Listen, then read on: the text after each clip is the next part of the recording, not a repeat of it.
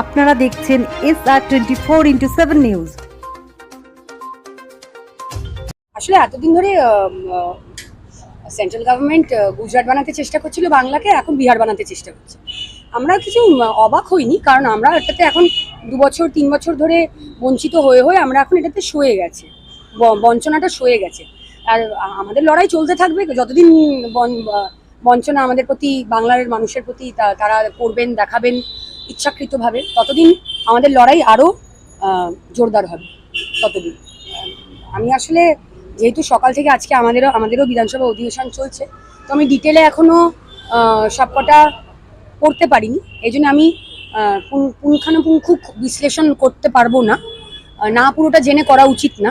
কিন্তু যেটুকু বুঝেছি নিউজ মিডিয়ার মাধ্যমে, যে ওই স্বপ্ন দেখানো আবার শুরু হয়ে গেছে। মানে হয় না, মানে চকলেট ধরিয়ে দেওয়া, অনেক আশা দিলাম যে চকলেট অনেক মেলায় নিয়ে যাবো, এই খাওয়াবো ওই খাওয়াবো, যে বাচ্চা আনন্দে বেরিয়ে গেল, তার হাতে একটা ললিপপ ধরিয়ে দেওয়ার মতো, ওরকমই ব্যাপার এখন। আর বাংলার প্রতি তো আর কিছু বলার নেই।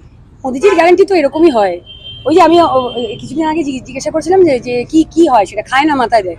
ওই এখনো মাথায় দিয়েও লোকে বুঝতে পারবে না যে মাথায় দিল মোদিজি। আমাদের মাননীয় মুখ্যমন্ত্রী মমতা বন্দ্যোপাধ্যায়, আমাদের নেত্রী, তিনি স্বয়ং আজ অধিবেশনে যা বক্তব্য, সুস্থ মস্তিষ্কের একজন মানুষ যে বক্তব্য দেওয়া উচিত, উনি সেটা পরিষ্কার ভাষায়, বাংলা ভাষায় উনি বুঝিয়ে দিয়েছেন।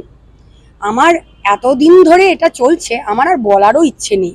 মানে মাননীয় রাজ্যপালের কে অতটা আর মানে ওনার ওপরে কমেন্টটা করব, আবার দুটো কেস দিয়ে দেবে। আসলে মানে মানে এখানে সাপোর্ট না করে প্রথমেই পেনাল্টি দিয়ে দেওয়া হয়েছে।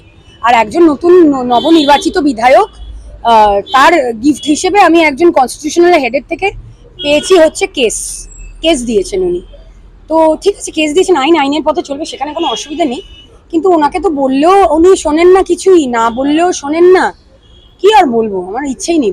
সংবিধানের ঊর্ধ্বে তো কেউ না, এবং মাননীয় রাজ্যপাল আমাদের সাংবিধানিক প্রধান রক্ষক। তো সেখানে তিনি যদি সংবিধানের ঊর্ধ্বে গিয়ে নিজে কিছু, কি বলবো, একটা মানে জোর করে একটা মানে ইগোতে লেগে যাওয়া, সেটা যদি করেন, তো দেখুন, আমি খুবই ক্ষুদ্র একজন ব্যক্তি, কিন্তু আমি কিন্তু একজন জনপ্রতিনিধি। হ্যাঁ, আমি ইলেক্টেড, কিন্তু মাননীয় রাজ্যপাল তো নমিনেটেড। তো উনি জ্বালাটা বুঝতে পারছেন না। তো এই জিনিসগুলো ওনার চেয়ারকে অপমান করা হয়। এই যে জিনিসগুলো উনি করছেন, ওনার তো সম্মান যাচ্ছেই, সাথে ওনার চেয়ারেরও সম্মান যাচ্ছে, যেটা উচিত না, যেটাতে আমাদের আপত্তি।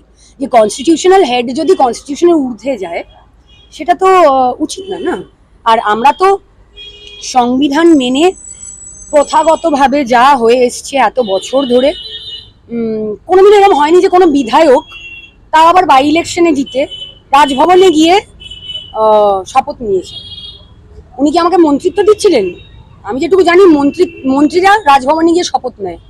তো মন্ত্রিত্ব যদি দিতে হয়, সেটা আমার রাজ্য থেকে দেওয়া হবে। উনি তো দেওয়ার কেউ না, উনি তো এমনি নমিনেটেড, তাই না?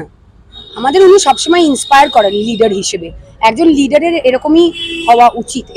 এইভাবেই তিনি ঠিক যখন দরকার হবে তাদের কর্মীদের উজ্জীবিত করবেন, আবার যখন দরকার হবে, যদি দরকার পড়ে শাসন করতে, সেটাও করবেন। যেটা আমরা আমাদের মাননীয় মুখ্যমন্ত্রী অবশ্যই বলবো। কিন্তু আমাদের দিদি যেটা করে থাকেন, দেখুন, মানে পৃথিবীতে কোনো পলিটিক্যাল পার্টি বোধহয় এতটা ট্রান্সপারেন্টলি কাজ করে বলে আমার মনে হয় না।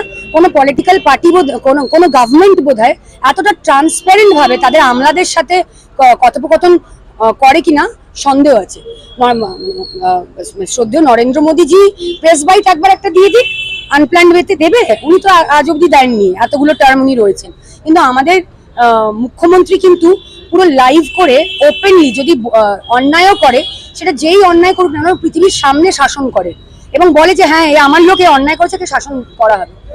তো সেক্ষেত্রে একজন লিডার হিসেবে ওই জন্যই আমরা ইন্সপায়ার্ড হই অবশ্যই আমাদের নেত্রী মমতা বন্দ্যোপাধ্যায় এবং আমাদের সেনাপতি অভিষেক বন্দ্যোপাধ্যায়। এবং উনি যথাযথভাবে যেটা অ্যাজ এ লিডার যেটা ওনার করার, সেটা উনিই বলে দিয়েছেন। এখানে আমি আর কোনো কমেন্ট। আসলে আমাদের মুখ্যমন্ত্রী হিসেবে তো ওনার কিছু পৃথিবী থেকে লোকানোর নেই, বা ওই স্ক্রিপ্ট করে দেবে। স্ক্রিপ্টটা আমরা দেখতাম ফিল্মে, আমরা যখন শুটিং করি আমাদের স্ক্রিপ্ট দেওয়া হয়, আগে থেকে কি কি বলবো সেগুলো সব ঠিক করে দেওয়া হয়। সেরকমই নরেন্দ্র মোদীজির তো আগে থেকে প্রেসের প্রশ্নও ঠিক করে দেওয়া হয়, মানে ওর বাইরে কেউ প্রশ্ন করে দেখুক।